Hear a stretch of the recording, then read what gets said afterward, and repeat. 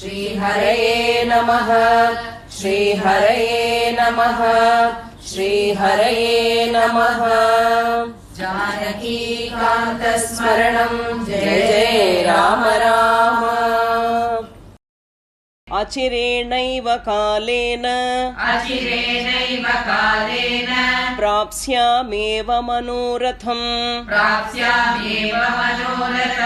अचिरेणैव कालेन प्राप्स्यामेव मनोरथम् दुष्प्रस्थानो यमाभाति सर्वेषां वो विपर्ययः दुष्प्रस्थानो यमाभाति सर्वेषां वो विपर्ययः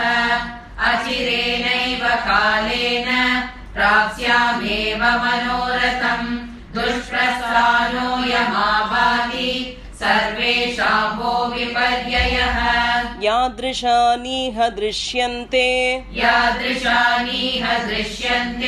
लङ्कायाम् अशुभानि वै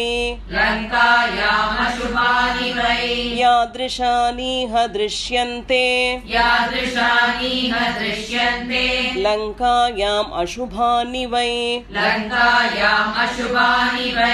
अचिरेणैव कालेन भविष्यति हतप्रभा अचिरेणैव कालेन भविष्यति हतप्रभा यादृशानीह दृश्यन्ते लङ्कायामशुभानि वै अचिरेणैव कालेन भविष्यति हतप्रभा नूनं लङ्का हते पापे रावणे राक्षसाधमे नूनं लङ्का हते पापे रावणे राक्षसाधमे शोषं यास्यति दुर्धर्ष प्रमदा विधवा यथा शोषं यास्यति दुर्धर्ष प्रमदा विधवा यथा नूनं लङ्का हते पापे रावणे राक्षसाधमे शोषं यास्यति दुर्दर्श प्रमदा विधवा यथा पुण्योत्सवसमुत्था च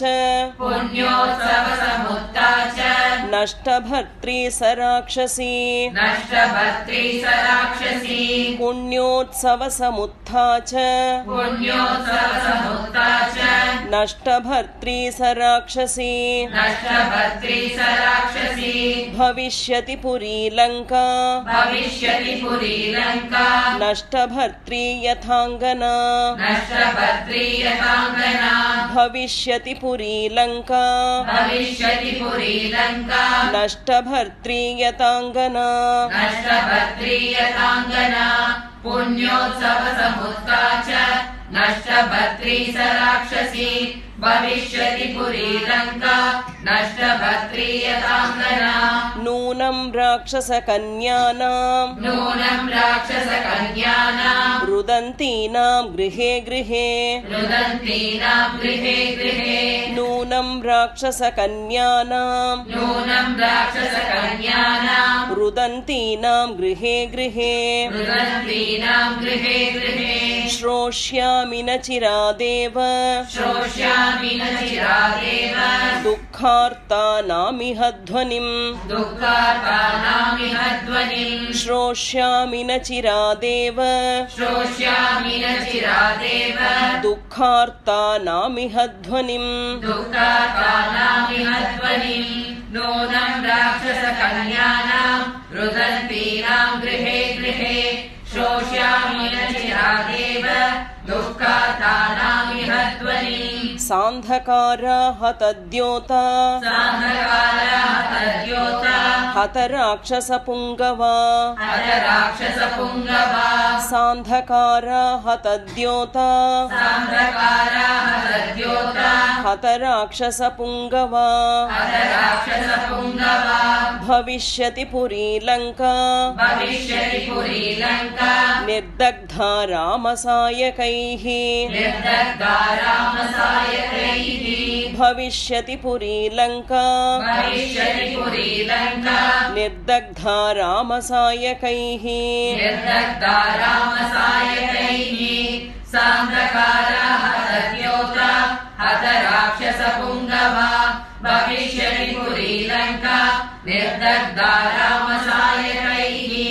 यदि नाम सशूरो माम् यदि नाम सशूरो माम् रामो रक्तान्तलोचनः रामो रक्तान्तलोचनः यदि नाम सशूरो माम् यदि नाम सशूरो माम् रामो रक्तान्तलोचनः रामो रक्तान्तलोचनः जानीयाद्वर्तमानां हि जानीयाद्वर्तमानां हि रावणस्य निवेशने रावणस्य निवेशने जानीयाद्वर्तमानां हि जानीयाद्वर्तमानां हि रावणस्य निवेशने रावणस्य निवेशने यदि नाम सशूरो माम् रामो रक्तान्तलोचनः जानीयाद्वर्तमानां हि रावणस्य निवेशने अनेन तु नृशंसेन अनेन तु नृशंसेन रावणेनाधमेन मे रावणेनाधमेन मे अनेन तु नृशंसेन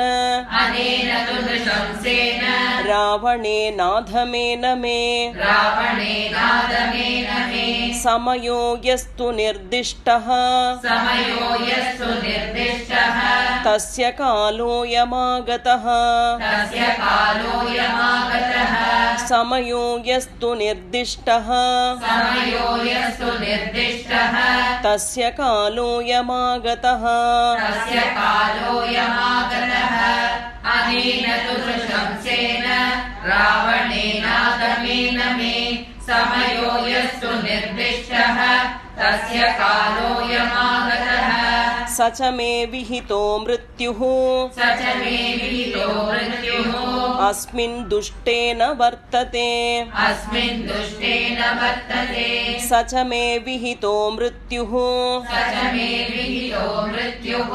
अस्मिन् दुष्टेन वर्तते अस्मिन् दुष्टेन वर्तते अकार्यं येन जानन्ति अकार्यं येन जानन्ति नैऋताः पापकारिणः नैऋता पापकारिणः अकार्यं येन जानन्ति अकार्यं येन जानन्ति नैऋताः पापकारिणः नैऋता पापकारिणः स च मे विहितो मृत्युः अस्मिन् दृष्टेन वर्तते अकार्यं येन जानन्ति नैऋता पापकारिणः अधर्मा तु महोत्पातः अधर्मा तु महोत्पातः भविष्यति हि साम्प्रतम् भविष्यति साम्प्रतम् अधर्मा तु महोत्पातः अधर्मा तु महोत्पातः भविष्यति हि साम्प्रतम् भविष्यति साम्प्रतम् नैते धर्मं विजानन्ति नैते धर्मं विजानन्ति राक्षसा पिशिताशनाः राक्षसा पिशिताशनाः नैते धर्मं विजानन्ति नैते धर्मं विजानन्ति राक्षसा पिशिताशनाः राक्षसा पिशिताशनाः अधर्मा तु महोत्पातः भविष्यति साम्प्रतम् नैते धर्मं विजानन्ति राक्षसा पिशिताशनाः ध्रुवं मां प्रार्थराशार्थे ध्रुवं मां प्रातराशार्थे राक्षसः कल्पयिष्यति ध्रुवं मां प्रातराशार्थे राक्षसः कल्पयिष्यति साहं कथं चरिष्यामि तं विना प्रियदर्शनम् साहं कथं चरिष्यामि तं विना प्रियदर्शनम् ध्रुवं मां प्रातराशार्थे राक्षसः कल्पयिष्यति साहं कथं चरिष्यामि तं विना प्रियदर्शनम् रामं रक्तान्तनयनम् अपश्यन्ति सुदुःखिता रामं रक्तान्तनयनम् अपश्यन्ति सुदुःखिता यदि कश्चित् प्रदाता मे विषस्याद्य भवेदिह यदि कश्चित् प्रदाता मे विषस्याद्य भवेदिह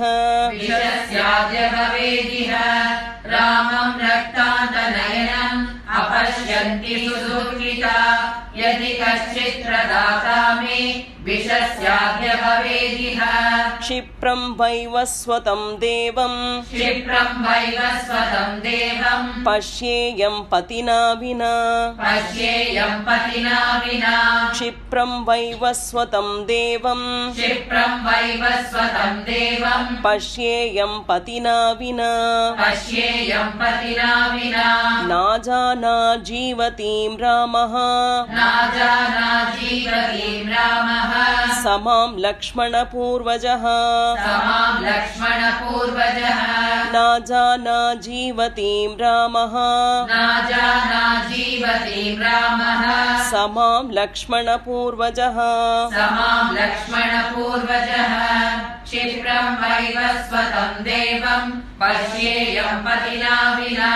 नाजाना जीवतीं रामः समां लक्ष्मणपूर्वजः जानन्तौ तौ न कुर्याताम् नोर्व्याहि मम मार्गणम् जानन्तौ तौ न कुर्याताम् नोर्व्याहि मम मार्गणम् नूनं ममैव शोकेन सवीरो लक्ष्मणाग्रजः नूनं ममैव शोकेन सवीरो लक्ष्मणाग्रजः जानन्तौ तौ न कुर्याताम् नोर्व्याहि मम मार्गणम् नूनं ममैव शोकेन सवीरो लक्ष्मणाग्रजः देवलोकमितो यातः त्यक्त्वा देहं महीतले देवलोकमितो यातः त्यक्त्वा देहं महीतले धन्या देवास गन्धर्वाः सिद्धाश्च परमर्षयः धन्या देवास गन्धर्वाः सिद्धाश्च परमर्षयः देवलोकमितो यातः त्यक्त्वा देहं महीतले धन्या देवास गन्धर्वाः सिद्धाश्च परमर्षयः मम पश्यन्ति ये नाथम् रामं राजीवलोचनम् मम पश्यन्ति ये नाथम् रामं राजीवलोचनम्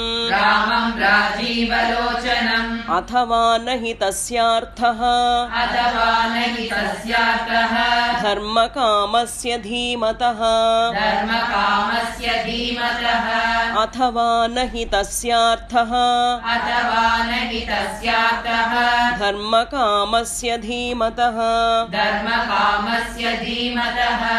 मम पश्यन्ति येनादं रामं राजीवलोचनम् अथवा न हि तस्यार्थः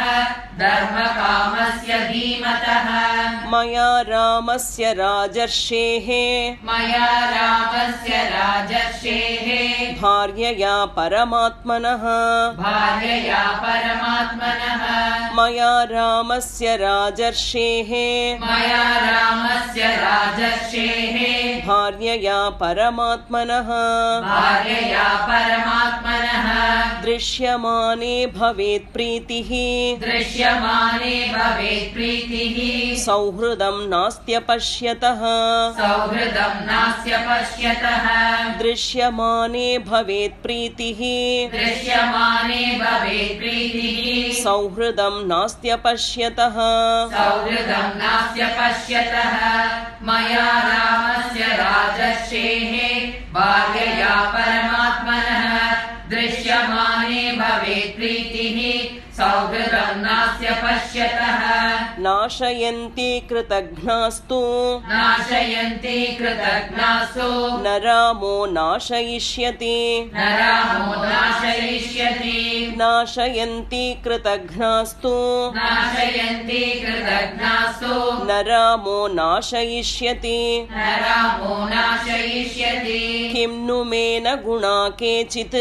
किं नु मे न गुणा केचित् किं वा भाग्यक्षयो मम किं वा भाग्यक्षयो मम किं नु मे न गुणा केचित् किं नु मे न गुणा केचित् किं वा भाग्यक्षयो मम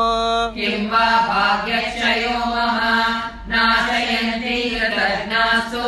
न रामो नाशयिष्यति किं नु मे न गुणा केचित् किं वा भाग्यक्षयो मम याहं सीदामि रामेण याहं सीदामि रामेण हीना मुख्येन भामिनी हीना मुख्येन भामिनी याहं सीदामि रामेण याहं सीदामि रामेण हीना मुख्येन भामिनी हीना मुख्येन भामिनी श्रेयो मे जीवितान्मर्तुं श्रेयो मे जीवितान्मर्तुं विहीनाय महात्मनः विहीनाय महात्मनः श्रेयो मे जीवितान्मर्तुं श्रेयो मे जीवितान्मर्तुं विहीनाय महात्मनः विहीनाय महात्मनः याहं सीदामि रामेण हीना मुख्येन भामिनी श्रेयो मे जीवितान्मर्तुं विहीनाय महात्मनः रामाद् अक्लिष्टचारित्रात् रामादक्लिष्टचारित्रात् शूराशत्रुनिबर्हणात् शूराशत्रुनिबर्हणात् रामाद् अक्लिष्टचारित्रात् रामादक्लिष्टचारित्रात् शूराशत्रुनिबर्हणात् शूराशत्रुनिबर्हणात् अथवा न्यस्तशस्त्रौ तौ अथवा शस्त्रौ तौ वने मूलफलाशिनौ वने मूलफलाशिनौ अथवा न्यस्तशस्त्रौ तौ अथवा शस्त्रौ तौ वने मूलफलाशिनौ वने मूलफलाशिनौ रामादक्लिष्टचारित्रात् शूराशत्रुनिबर्हणात् अथवा शस्त्रौ तौ वने मूलफलाशिनौ भ्रातरौ हि नरश्रेष्ठौ भ्रातरौ हि नरश्रेष्ठौ संवृत्तौ वनगोचरौ संवृत्तौ वनगोचरौ भ्रातरौ हि नरश्रेष्ठौ भ्रातरौ हि नरश्रेष्ठौ संवृत्तौ वनगोचरौ संवृत्तौ वनगोचरौ अथवा राक्षसेन्द्रेण अथवा राक्षसेन्द्रेण रावणेन दुरात्मना रावणेन दुरात्मना अथवा राक्षसेन्द्रेण अथवा राक्षसेन्द्रेण रावणेन दुरात्मना रावणेन दुरात्मना भ्रातरौ हि नरश्रेष्ठौ संवृत्तौ वनगोचरौ अथवा राक्षसेन्द्रेण रावणेन दुरात्मना छद्मना साधितौ शूरौ छद्मना साधितौ शूरौ भ्रातरौ रामलक्ष्मणौ भ्रातरौ रामलक्ष्मणौ छद्मना साधितौ शूरौ छद्मना साधितौ शूरौ भ्रातरौ रामलक्ष्मणौ भ्रातरौ रामलक्ष्मणौ साहमेवं गते काले साहमेवं गते काले मर्तुमिच्छामि सर्वथा मर्तुमिच्छामि सर्वथा साहमेवं गते काले साहमेवं गते काले मर्तुमिच्छामि सर्वथा मर्तुमिच्छामि सर्वदा छद्मना साधितौ शूरौ भ्रातरौ रामलक्ष्मणौ साहमेवं गते काले मर्तुमिच्छामि सर्वदा न च मे विहितो मृत्युः न च मे विहितो मृत्युः अस्मिन् दुःखेऽपि वर्तते अस्मिन् दुःखेऽपि वर्तते न च मे विहितो मृत्युः न च मे विहितो मृत्युः अस्मिन् दुःखेऽपि वर्तते अस्मिन् दुःखेऽपि वर्तते धन्या खलु महात्मानो धन्या खलु महात्मानो मुनयः त्यक्तकिल्बिषाः मुनयः त्यक्तकिल्बिषाः धन्या खलु महात्मानो धन्या खलु महात्मानो मुनयः त्यक्तकिल्बिषाः मुनयः त्यक्तकिल्बिषाः न च मे विहितो मृत्युः अस्मिन् दुःखेऽपि वर्तते धन्या खलु महात्मानो मुनयः त्यक्तकिल्बिषाः जितात्मानो महाभाग जितात्मानो महाभागा येषां नस्तप्रिया प्रिये येषां नस्तप्रिया प्रिये जितात्मानो महाभाग जितात्मानो महाभागा येषां नस्तः प्रिया प्रिये येषां नस्तप्रिया प्रिये प्रिया न संभवेत् दुःखम् प्रिया न संभवेत् दुःखम् अप्रिया नाधिकं भयम् अप्रियानादिकं भयम् प्रिया न संभवेत् दुःखम् प्रिया न संभवेत् दुःखम् अप्रिया नाधिकं भयम् अप्रियानादिकं भयम् जितात्मानो महाभागा येषां नस्तप्रिया प्रिये प्रिया न संभवेत् दुःखम् अप्रियानादिकं भयम् ताभ्यां हि ये वियुज्यन्ते ताभ्यां हि ये वियुज्यन्ते नमस्तेषां महात्मनां नमस्तेषां महात्मनां ताभ्यां हि ये वियुज्यन्ते ताभ्यां हि ये वियुज्यन्ते नमस्तेषां महात्मनां नमस्तेषां महात्मनां साहं त्यक्ता प्रियार्हेण साहं त्यक्ता प्रियार्हेण रामेण विदितात्मना रामेण विदितात्मना साहं त्यक्ता प्रियार्हेण साहं त्यक्ता प्रियार्हेण रामेण विदितात्मना रामेण विदितात्मना प्राणां त्यक्ष्यामि पापस्य प्राणां त्यक्ष्यामि पापस्य रावणस्य गतावशम् रावणस्य गतावशम् प्राणां त्यक्ष्यामि पापस्य प्राणां त्यक्ष्यामि पापस्य रावणस्य गतावशम् रावणस्य गतावशम् ताभ्यां हि ये वियुज्यन्ते नमस्तेषां महात्मनां साहं त्यक्ता प्रियार्हेण रामेण विदितात्मना प्राणां त्यक्ष्यामि पापस्य रावणस्य गतावशम् इत्यार्षे श्रीमद् रामायणे वाल्मीकिये आदिकाव्ये चतुर्विंशतिसहस्रिकायां संहितायां सुन्दरकाण्डे प्राणत्यागसम्प्रधारणं नाम षड्विंशः सर्गः श्रीहरये नमः श्रीहरये नमः श्रीहरये नमः जानकीकान्तस्मरणं जय जय